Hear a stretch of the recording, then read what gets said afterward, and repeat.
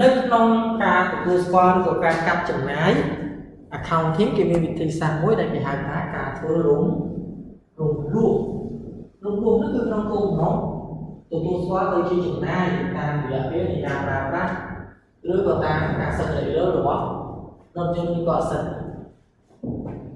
នេះគេថាស្អីទៅការរំលោភបាទការរំលោភគេថាវាគឺជាការទទួលស្គាល់ចំណាយឆាតយើងនិយាយថាឆាតហ្នឹងមែនទេយើងទិញសេវានេះគេថាឆាតខ្ញុំហ่าគេឆាតហ្នឹងគឺទទួលស្គាល់ជាចំណាយហ្នឹងហើយខ្ញុំចង់ទទួលស្គាល់ជាចំណាយរបស់ណាអញ្ចឹង depreciation គឺថាគឺជាការកាត់ចំណាយដោយផ្អែកកាត់ចំណាយជាចំណាយតូច splitting កាត់ជាចំណាយទៅជាចំណាយតូចដោយផ្អែកទៅលើអាយុកាលនៃឆ្នាំសរុបអាសិតមួយហ្នឹងណាដោយផ្អែកទៅលើ useful life ដោយផ្អែកទៅលើ useful life អញ្ចឹងយើងគ្រាន់តែមើលប៉ុណ្ណឹង cost and useful life criteria ដើម្បីទៅរក depreciation charge គឺអាចទៅលើតែ cost ហើយនិង useful life ចឹង component វាមានពីរហ្នឹងតែយើងមិនឃើញថាយកពីរនេះទៅប្រើរបៀបណាបានចេញជា depreciation expense ហើយសួរថាតើ purpose នៅក្នុងការធ្វើ depreciation ហ្នឹងធ្វើដើម្បីសន្សំលុយគេទៅទិញអាថ្មីមែនអត់ទេបើចាក់ដើមមកហ្នឹងធ្វើរំលោភវាទៅដល់ពេលវាចាស់វាមានលុយទិញថ្មីហ្មងតែពេលវាចាស់លុយទិញថ្មីណាគឺសន្សំលុយហ្នឹងមែនអត់តែធ្វើរំលោភទេពលលុយបានទិញគេហើយណាលុយបានចាយបានហើយបើចាប់តាមសងលុយទៀតមានន័យថាលុយទិញពីមុននោះគឺអត់បានចាយណាតែបើតាមសងគេសំចាប់ពីឥឡូវទៅដល់ឆ្នាំក្រោយចាំទិញផ្ទះអានេះគឺចាប់តាមសងតែអានេះគឺកាត់អ្វីដែលយើងបានទិញនោះទៅជាចំណាយម្ដងតិចដល់ពេលមួយចំណាយវាអស់អញ្ចឹងគេថា depreciation មិនមែនប្រើប្រាស់ក្នុងវត្ថុបំណងដើម្បីទៅជំនួសឲ្យតម្លៃណាមួយទេមិនយកវាទៅជំនួសតម្លៃទ្រព្យសកម្មទេហ្នឹងណាមិនថារំលោះអស់$10000ហើយលុបទ្រព្យសកម្មចេញហ្មងទៅអត់ទេទ្រព្យសកម្មគឺជារបស់យើងនៅប្រើធម្មតាតែរំលោះគ្រាន់តែជាការទទួលស្គាល់ចំណាយម្ដងបន្តិចទេ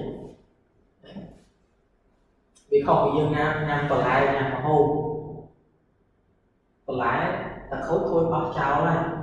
តែឡានម៉ូតូឡើងចោលអញ្ចឹងអត់ទេមែនទេខូចជួបជុលឡានម៉ូតូខ្លះប្រើពេលឆ្នាំតន់ខូចតន់ទៅណានៅក្នុងកលៀនរមាន់ឡើយអត់ដល់បោះចោល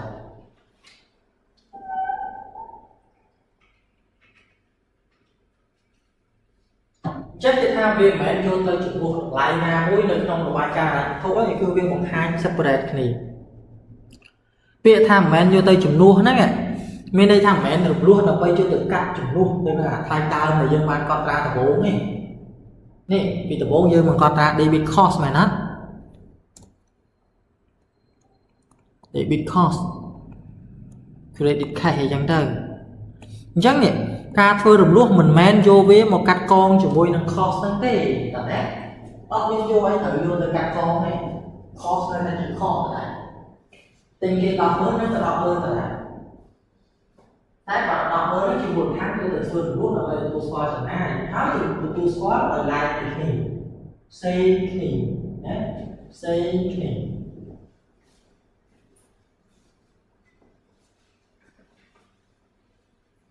អញ្ចឹងមេតូតរបស់វាគេថា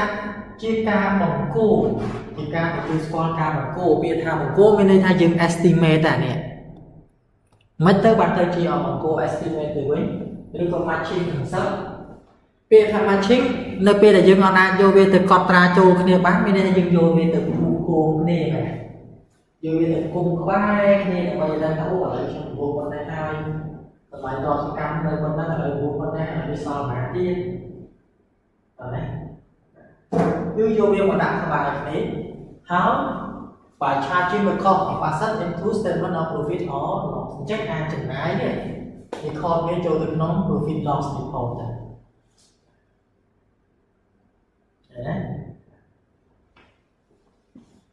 អញ្ចឹងពាក្យថាក្បែរគ្នាខ្ញុំរៀបរាប់តិច cost accumulate depreciation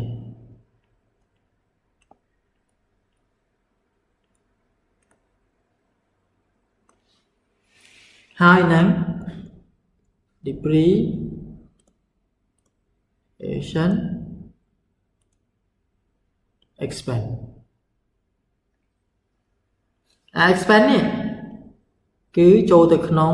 profit and loss ហើយ cost នេះគឺចូលទៅដល់ក្នុងអី balance sheet ណាហើយ accumulate depreciation នេះក៏ចូលទៅក្នុង balance sheet ដែរតែវាចូលទៅក្នុងនាមសញ្ញាដកអញ្ចឹង cost ហើយ accumulate នេះគឺតែឈរក្បែរគ្នាតែមួយលើមួយក្រោម cost លើ accumulate ពីក្រោមឃើញទេយើងបង្កអីបង្កចំណាយរបស់យើងនេះមួយឆ្នាំម្ដងចង់ដឹងណាឥឡូវអានេះដូចឆ្នាំទី1បាន10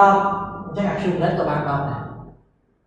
ដូចឆ្នាំទី2 10ទៀតដែរអញ្ចឹងមកបន្តនេះមកនេះឡើង20ដូចឆ្នាំទី3 10ទៀតដែរអញ្ចឹងមកបន្តនេះឡើង30អញ្ចឹង accumulate នេះគឺវាបង្ករហូតបង្កចំណាយដែលបានធ្វើរំលោភហ្នឹងដាក់បញ្ចូលដាក់ក្នុងប្រអប់ចាំណាដាក់ប្រអប់ចាំអញ្ចឹងយើងទទួលស្គាល់ចំណាយគឺទទួលស្គាល់ទៅលើ profit and loss depreciation ដល់ឡើយអញ្ចឹងនៅពេលដែលយើងទិញគឺយើងកត់ត្រាចូល cost តែនៅពេលដែលយើងរំលោភគឺយើងកត់ត្រាចូល depreciation expense និង accumulate depreciation accumulate depreciation គឺស្ថិតនៅក្នុងពពួក asset ដែរតែ asset សញ្ញាដក asset អវិជ្ជមានជា asset ដែលចង់យកវាទៅ match គ្នា matching យកវាទៅ match ទៅចូលជាមួយនឹង cost តែមិនដាក់ចូលនេះគ្រាន់តែដាក់គូវាក្រោមចង់នឹងថាវាសល់ទៀត